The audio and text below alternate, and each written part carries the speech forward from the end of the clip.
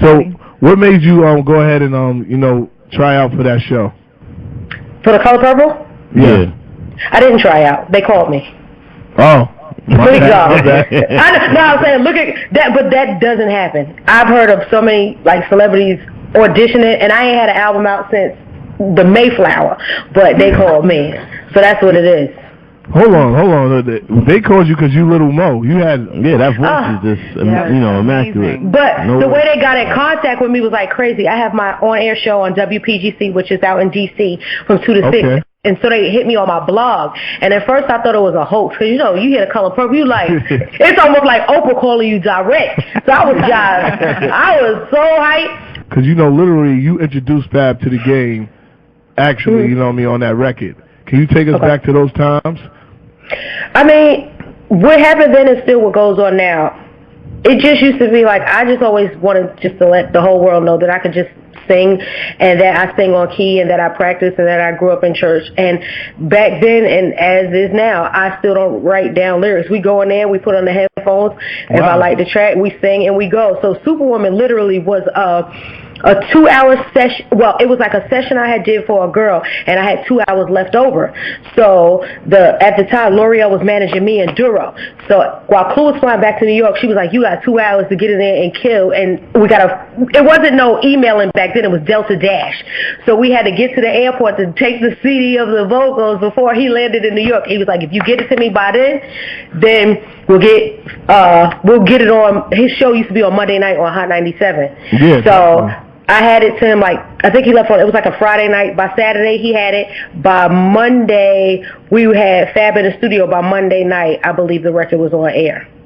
Wow. Yeah. When did it catch fire when you knew wow, I'm a star now? Right? It took a while because I remember being up there and people coming to me talking about, "Yo, Electra, hey, pushing the record, what happened? You did the songs with Missy and all that stuff, and John, them joints is big." I was like, I think the song is hot because I'm my biggest critic, and I was like, yo, I just know that what I did to do the record, the way you hear the track now is not how it was when I did it. It was just da da da da da da da. So I had to use my voice to make instruments to get the other producers to come in to play over my vision. And so then after that, we went the highest we got. We went number 1, then we went number 2, but we stayed top 5 with that. The rest, I was just like, thank God for that, because they told me it wasn't a hit, and I said, "Man, can we curse on here?" Yeah, you can do whatever you want. I was like, "Man, y'all bullshit." You were supposed to have a show. Are you still doing a show? Are you still in talks with your show? That I know you're supposed to have a reality show. Everybody has a reality show. So what I do now is we're doing like sketch comedy shows, that I have my online radio show, and the only person that's beat me in this region is Ryan Seacrest. So I'm like, thank you God for that, because I ain't been out in a minute. I heard y'all talk about that little incident with y'all mean? I wrote about that today. I said, you know what, this world coming to an end, y'all. This world coming to an end. Like how you could get almost anybody in the world, but never mind. Let me shut up, because I be messy with it. hey, man, we here to get messy with you. So all right, well then I just want to, because I love Mr. C, but I just want to know, did you see the tranny that he picked? I know some banging ones. Oh my God. The one he picked, and I don't care what nobody say, come on, yo. No comment. No comment. It's because I deal with mental health and stuff like that, and that's what I delve in. And it's just there's a lot of people that are suffering with internal things, and they don't want to let it out. So, sometimes when you don't feel high where you really are, where God has placed you, you do things with people that are actually lower than you. And so I think that he did that because it was a power thing. But I be wanting to tell people, yo, you can call me, trust me, we'll pray for you and stuff like that, because sometimes when you're dealing with internal demons, you do things that you think will make you feel better, but they make you look worse. And now look what he has to go through. So sometimes you got to go through the mud, you got to go through the dirt to be, to bloom. But it's wow, man, you got the city on smash, yo. You had a major hit with Ja. I don't know if you reconcile with anything with him, but we did. We actually did. Okay, that's good. Now, back to that. How didn't you never get paid off that? Because, I heard you that you never got paid off that song. That was a big song. It was very big. You went crazy on that. See, I cried. On that. I cried. I got paid for it. I still get paid for it. So, Matter of fact, ask Capcom. I know all the day. I got everything locked in my BlackBerry. Everybody like, why don't you get what a iPhone? I'm like, no, because I like to mash buttons, so I'm still kind of old school. But when Put It On Me came out, like somebody made a comment to me, and they was like, yo, I know your checks on that joint is crazy because I saw what they begin. And so by accident, our booking agent had sent me one of their checks when we were supposed to do a show. And the lady was like, in all the years I've worked here, I never made that mistake. So I could have been grimy and cash it, but I ripped it up and I sent them a copy of me ripping it up and stuff like that because I was just like, wow. I just felt some type of way. So once I investigated, with that record being like breaking records like of Beatles records, I was like, oh, yeah. we finna eat. I said, yes, this is what I waited for. So I hired Willie Gary and Associates. His son took over the case, and he was just saying how much I should have gotten. But at the end of the day, it was a learning experience. Everybody in the industry goes through that. You know, Ja didn't do it personally. Whoever handled the admin did. But I took it personal because we were like brother and sister. You know what I'm saying? Yeah. I just felt that when they promised to my dad in the hotel lobby in Philly before we was about to perform, they was just like, we're going to make sure she good. And so when they didn't do that, like, I'm a person that your word is your bond. We don't have to do no paperwork.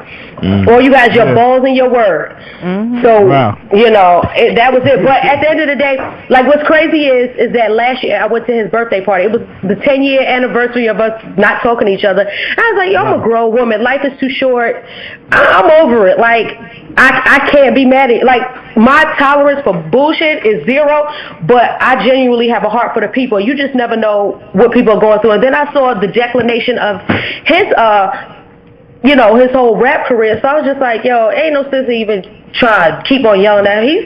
Like, when I say we was like best friends, and I miss that, but it's all good now. Y'all recorded the song in the studio together, or y'all wasn't No, the album was with Put It On Me. The album was already out. So they called me and I was literally on my way to Target because I live in Maryland. And L'Oreal was like, yo, Irv wants you up here now. So I got to New York, recorded it, and this was like a Friday. He was like, I guarantee Irv used to have everybody's number in his flip top black what's that, a BlackBerry? What is them? The two-way, yes, the Sky Pager. Yeah. And he emailed everybody, was like, I got a monster for you. Like by the following Friday, we was in heavy rotation. Like, he knows records. That's what I will give him credit for. He knows records. He knows the business. But I realized I was so personal with people because that's all I know. I grew up, I'm from a family. My mom and dad have been married for 34 years. So when you say something, you do it, you mean it, you live by it, or else I always felt that you're going to burn with the devil. You're going to go to hell for lying. Sad. I realized, just handle business. Don't take it personal. So what do you got new coming up? Because we need some little moles in the club. Yeah, it's coming. A new album entitled P.S. I Love Me will be in stores. See, I Love Me. See, I haven't really handed in the album yet because I'm stalling because I have a great collab that I'm working on. Okay. So I'm just, well, it'll be with me and Missy Elliott.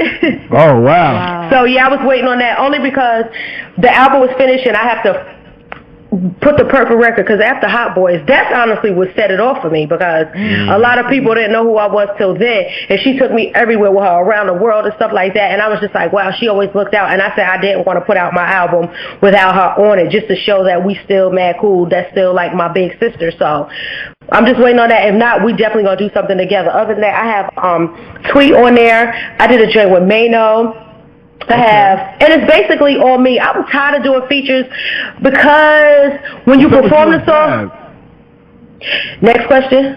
Okay. Look. No, I'm just kidding. We cool. We cool? All right. That was you see my face? You see, I don't, yeah, I see it now. Oh, wow. Hey, ask him. I ain't going to tell you what he told me, but that's still my baby. That's still my bro. Like, at the end of the day. Let me ask you something, because I'm going to take it back. I was on radio in Buffalo. I remember the first time I seen you and Fab, y'all performed at a celebrity basketball game in Buffalo. Oh, and was that where everybody bum rushed the floor? Yeah. And I said, yo, everybody, and they really... Yeah. We was well for a minute, bro. Good. That's what it is. Damn knows what it is. Yeah, man. So you actually broke Fab, because Fab was like nobody knew who he was. You know what I mean? You brought him, but I mean, you couldn't get a hook or a verse from him. You don't even want to know. Wow. It ain't nothing. I'm going to tell you this. My dad is my confidant and my husband. Because my dad is a bishop and he's a pastor. I only told him and my husband. Okay. Well, we're going to keep it like that. You do something for Superstar Radio. Could you sing Put It On Me? One verse of that for us. A little hook. No, I'm just kidding. You want me to sing my part of John's part? Your part. Your part, Mo. All right, let me make sure I remember.